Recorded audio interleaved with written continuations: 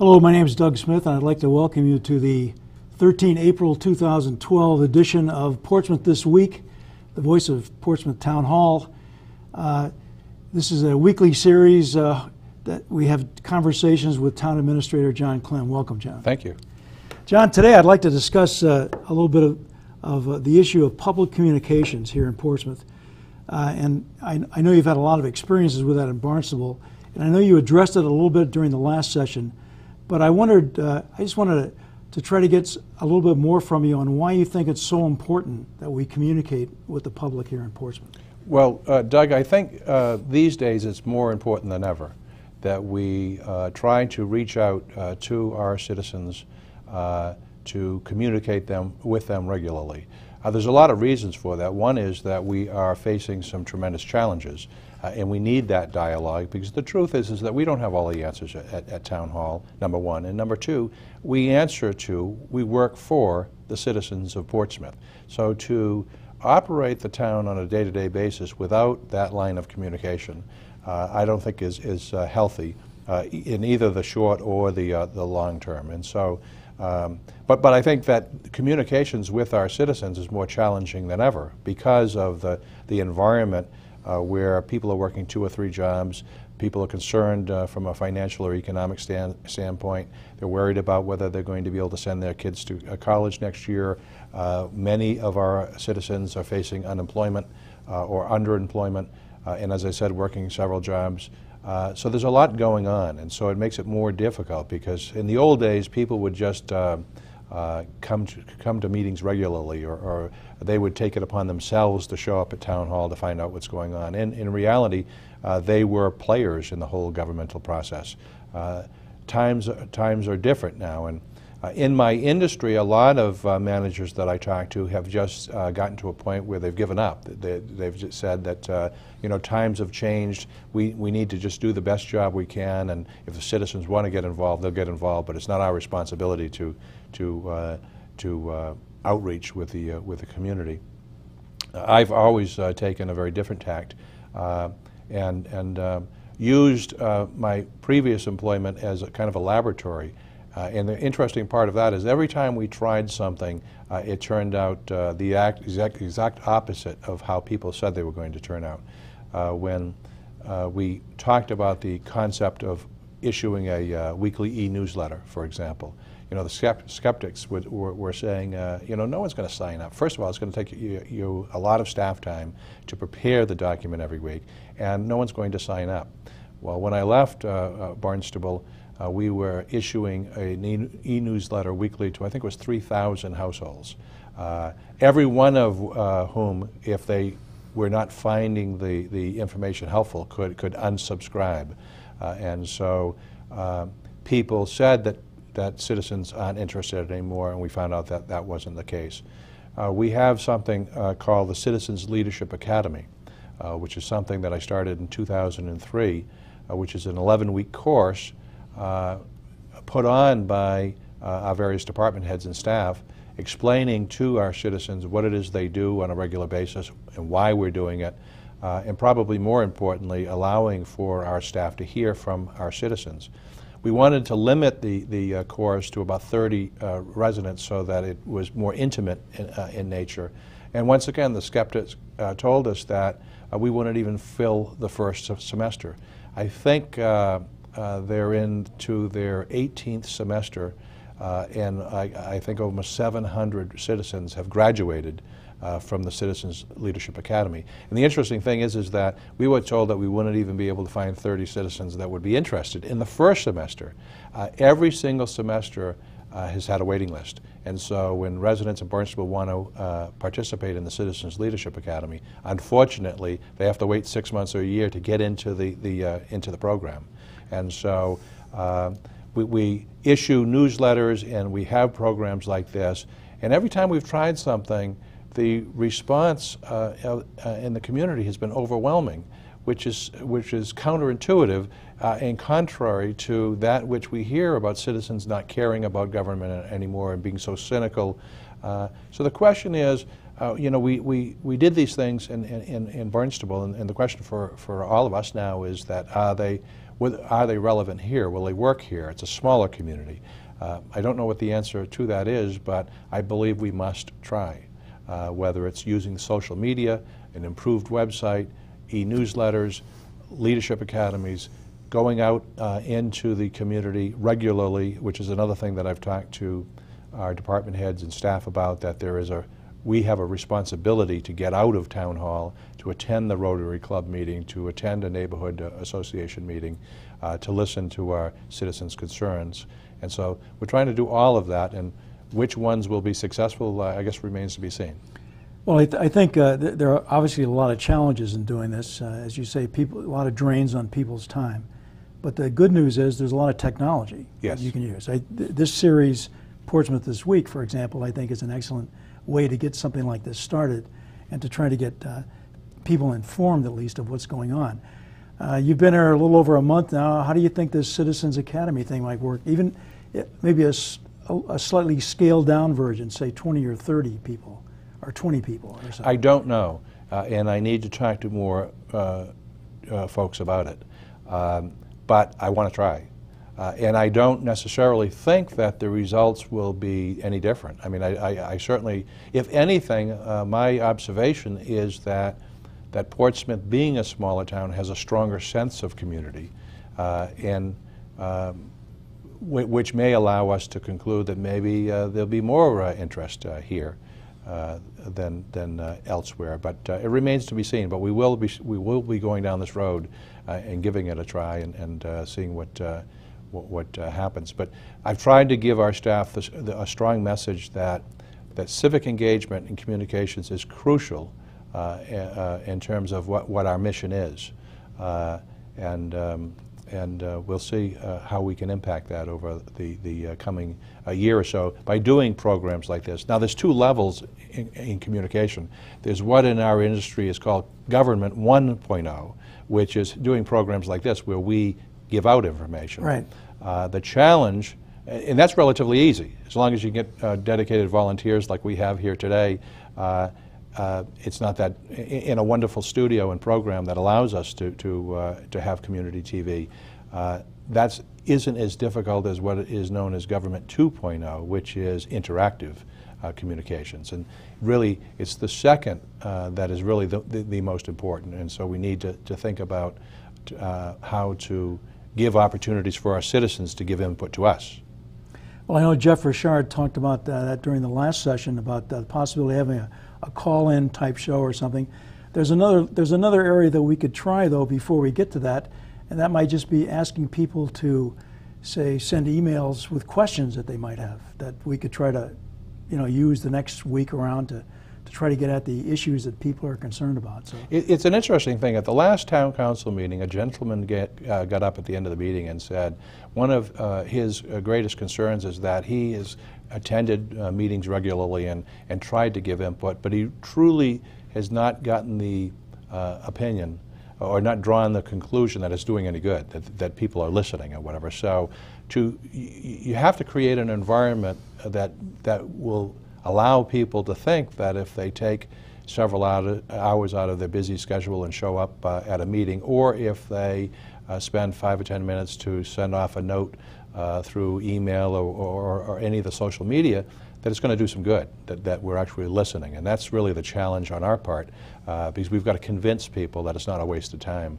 that we actually do care what our citizens think. Yeah, I think too, it takes, we talked a little bit about change last time and how difficult it is. It takes people to get used to seeing some of this stuff and trying it out perhaps, and showing people it's non-threatening, that they have a way of voicing their concerns. So I think there's a lot more that we could be doing with this thing, and I think as this show continues, we can try to maybe throw some of these additions in and see how it comes out. We've seen efforts nationally and in some localities where citizens are actually challenged to participate in what appears to be a game, a computer game, in terms of developing a budget. And I'm contemplating how we might do that, because the truth is that a lot of these issues are complex. you know, if this was really easy, you certainly wouldn't need me, and you wouldn't need a lot of other people. But the fact is that we're trying to do an awful lot in this town with limited resources, and tough decisions have to be made. You know, because all of us want to be everything to everyone, but our limited resources don't allow us to do that. And our citizens expect us to make responsible decisions just like they do in terms of their daily life.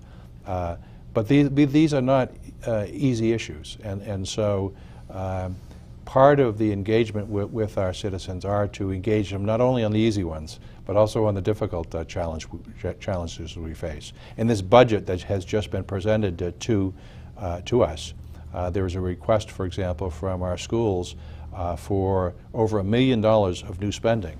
Now they have, in a very forceful way, articulated the need for those additional dollars, but that's a lot of money, and the truth is that decisions have to be made about whether we're going to do that or whether we're going to start dealing with some of the infrastructure issues and the fund balance issues, the financial issues that we've mentioned in previous programs, and how giving the school department, for example, an additional $1 million would impact our fire, our police, our town hall operations, or whatever. They're difficult choices, and the more we can draw in our citizens to let us know what their priorities and preferences are, I think the better off we'll be. I think the hard part to realize is there's no deep hole full of money that we can draw upon, and that there are these hard decisions to make. And that, I guess the other thing is that these are difficult issues a lot. Yes. That's one of the problems, I think, with any kind of budget or running a town kind of issues. They're not simple issues. Right. And as a consequence, discussing them is sometimes long and got a lot of background and everything else, but it's needed. And so I think what you want to try to do is show people basically what the data looks like, where we're going with this thing. I think the kinds of things that you're doing in this show would be very useful. I have to tell you, though, my daughter thinks that it's all very boring, and I said, well, maybe running a town or setting up a budget is boring to you. That's because you're not paying for it. I think to the taxpayer of Portsmouth, this stuff is very important. Let me go back to communications again. Communications are particularly important during any kind of emergency. I know the Portsmouth Water District has a robocall type, yes, reverse 911 or something like that. And I know that it works because I've signed up for it and I've received calls.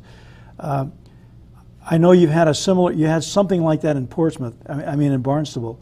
What do you have planned, or you think there's something like this is needed in Portsmouth? Well, it's an age-old debate as to whether or not a tool like a communication system that allows you to call everybody in 10 or 15 minutes is a worthwhile investment, when by design it's an emergency a tool, hopefully used very sparingly. I had this argument and debate in Barnstable, and I was of the belief that it absolutely is necessary. And I think that we implemented it, I think, 3 years ago in Barnstable. And they're not only, as was a few storms, but there are numerous instances of a lost child, a disoriented senior being lost, gas leaks or utility issues in neighborhoods where our citizens actually contacted us to thank us for the communications. And so in Portsmouth right now we have the Water and Fire District that has a system, and we have the school department, so that when your youngster, when you didn't have very many this past year, but if there's a snow day you get a call. And so we have two systems in place, but for the very same reason it makes sense for the school to have one and the Water District to have one, the town absolutely needs one. I have put in the funding for a town-wide program. We could conceivably either work with the Water and Fire District or with the school district, hopefully to save some cost. But I think that a system like this absolutely is necessary in this town. Have you had a chance yet to take a look at Portsmouth emergency management plans, or talk to John King, the EMA director? I have looked at the plans very briefly, and as a matter of fact, just this afternoon I have my first meeting with him, and I look forward to it because definitely, you know, a coastal community like this needs to not only have a plan and an effective plan in place, but we have to make sure everyone knows what the plan is and what to do in the case of an emergency. So I look forward to my regular meetings with him and to the extent that we need to work on improving, because I think it's a type of living document that continually needs to be looked at and improved. I think we need to do that, and to use all of the tools available, whether it be Facebook or the radio or a phone communication system, to make sure that in the event of an emergency that we are doing all that we can do to help our citizens. I know a lot of people say, well, for example, Island Park. Well, people live there for years. They know what to do when there's a hurricane. The problem is, as we saw in, I guess it was October, November, when Hurricane Irene came through and luckily just glanced north of us. That's yes and no. I mean, people would like to know exactly where the path is going to be if they're going to be affected, but I think they'd also like to know, what is the town doing? Are they closing certain roads? Are there limitations? Are they trying to get people to evacuate?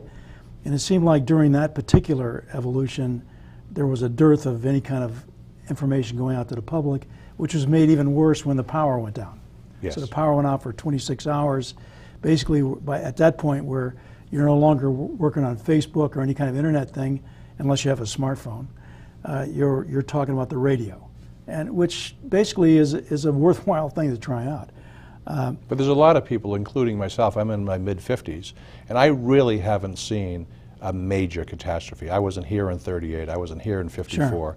And so there's a lot of us that haven't even been here long enough to see a major hurricane and the incredible and absolute devastation or whatever. You can say that we know what we're going to do, but I'm not so sure that there are very many people in town that would have a comprehensive idea what to do if something like a Category 5 hurricane hit us directly. I think there's a lot of preparation things that people can do if they're told, you know, this is what you might want to consider doing. And this probably is something that John King is thinking about already, trying to figure out a way to get this kind of word out. I guess we're lucky, fortunate that our disasters are more along the lines of a snowstorm or a hurricane as opposed to a tornado. Living down very south lucky, for a while. knock wood, in that. Yeah, I mean you don't have any advance notice other than maybe a few minutes. So we're fortunate not to have to worry too much about that. Yeah, and I think too the same challenges but the same capabilities apply. There's a lot of technologies that people can use, Facebook, et cetera, as one. Just a small part. Some part of the community is going to sort of keep looking at Facebook. We did a recent survey and it indicated that at least the people that are using the internet a lot in Portsmouth would sign up for something like that to be able to get the news. But then there are other things like this, like the idea of perhaps having a channel where people go to for Portsmouth news, for Portsmouth what's going on, and then actually broadcasting things live perhaps from the emergency operations room during an emergency. I think it would be kind of useful. We're coming into the hurricane season. Yes. I guess what's bothering me, I've been through not the really worst kind of hurricanes, but I've seen what even a relatively small hit by a hurricane can do here in Portsmouth. And it's scary. And I guess when I see the weather changes we've been going through, I think our ability to predict these things beforehand is kind of tough. So I think it's vitally important that we immediately start looking at this thing, get our plans in place, maybe even do a couple drills and things, that kind of stuff, to get people used to it. I know you're a big proponent of this because I know you did a lot of this stuff up in Barnesville. How would you like to see, for example, us notifying the public of what the town is doing during, let's say, during the build-up to one of these things? I think that it has to be a comprehensive effort, which includes our new communications calling system, but using every means possible, working closely with our local radio stations, using social media, working very closely with our newspapers well in advance, so that there's no mystery in terms of what citizens need to do there needs to be a comprehensive approach, and there's no silver bullet. It's utilizing every possible means of communication, and that's what our plan needs to say. Well, and a lot of these things are free, like Right. Facebook or Twitter or Yep. things like that. They're free, and they should be. Those would be quickly probably set up and run. But yeah, I think also, as I say, the use of public radio is kind of the last resort, because almost everybody has a radio with a battery in Right. it for when power goes down. Let me change gears a little bit and talk about the budget message that you gave to the council last week, I guess it was. What kind of response have you gotten from the community on this so far? I've heard from quite a few citizens. Some are concerned about potential cuts, but others are saying that they have been aware that the types of things that we're talking about now should have been done, years and years ago. So there's been some relief expressed that we're really trying to look long range and to solidify our financial position. So I've been pleased for the most part, with the input that I have received. But we haven't even really started the process. I have submitted a budget to the council. They will be having hearings, public hearings, the first week of May, and then, of course, a major public hearing at one of the schools, I believe, in the month of June. And so we hope people pay attention and let us know, because there are some real choices being made here. The budget that I have proposed allows for additional school spending, but my request to them is that they use their own reserves.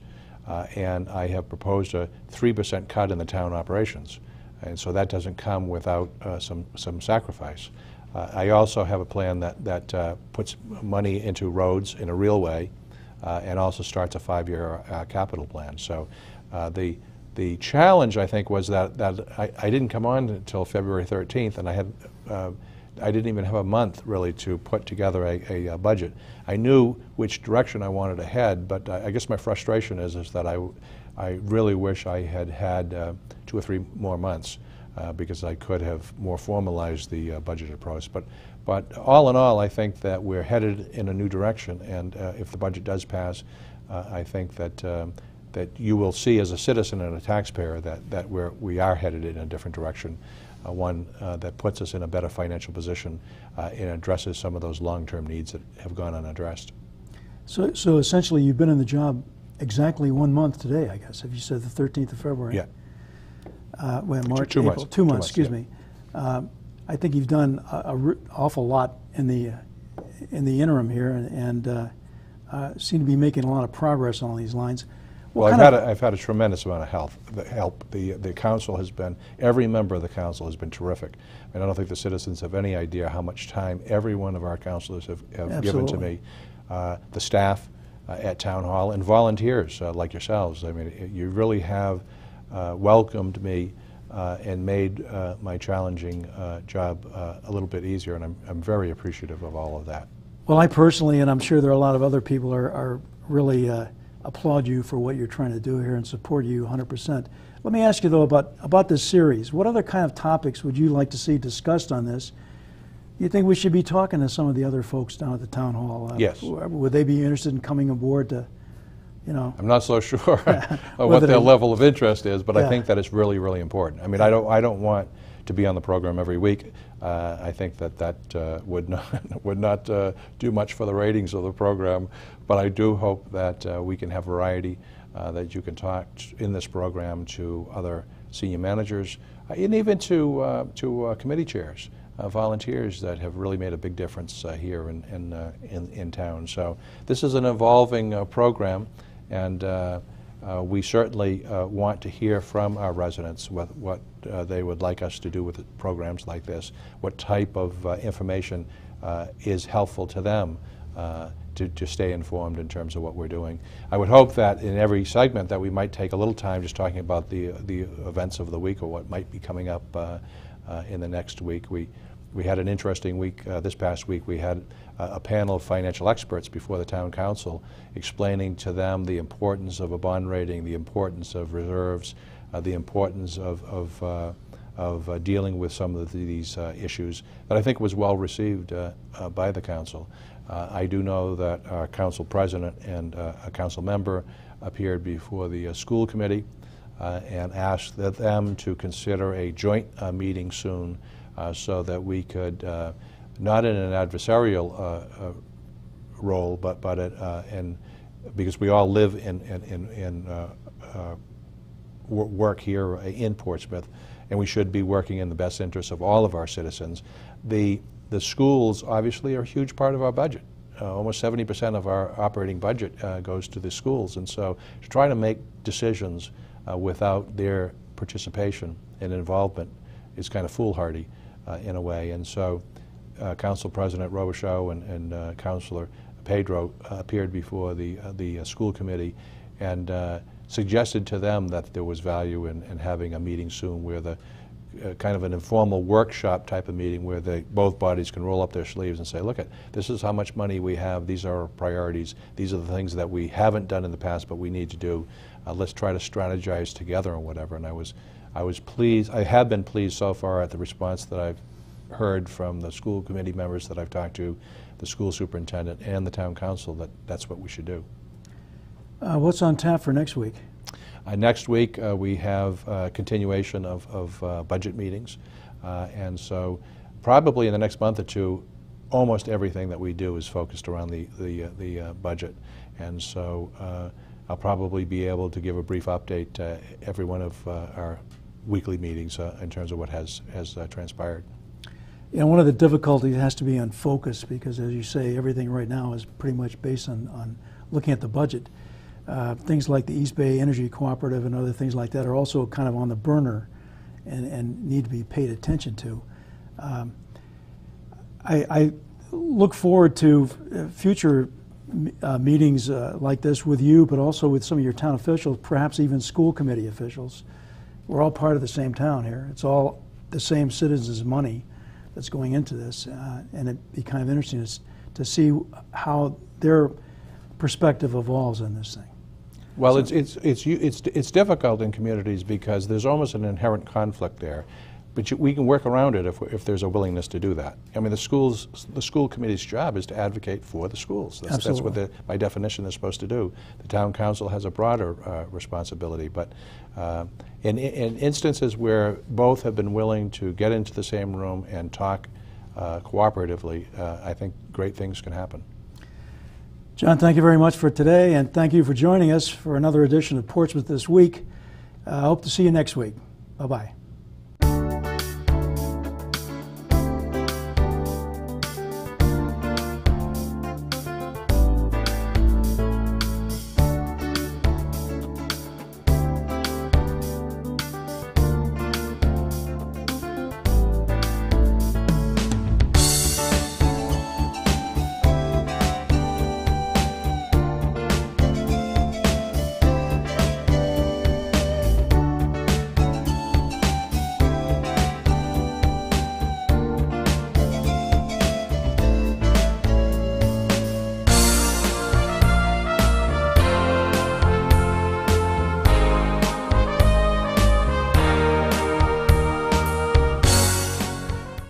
In 2012, Rhode Island's new voter ID law will go into effect. You're going to need to bring with you identification when you go to the polls to vote. A Rhode Island driver's license, a Rhode Island ID, a student ID, or any state or federal government issued identification card with a photo on it is sufficient to vote. If you do not possess one of those forms of identification, we will provide one to you for free for voting purposes only. For details, please call us at 222-2340. Child and Family Elder Care Services promotes health and well-being, a comprehensive program focused on improving the quality of life for elders. Trained case managers provide access to the wide range of services including independent lifestyle in their own home. Child and Family's licensed home care agency provides trained staff who can assist with housekeeping, meal preparation, bathing, companionship, and other important activities. Call this number to learn more about Child and Family's Elder Care Services. You're watching PEGRI TV, Rhode Island's public access channel.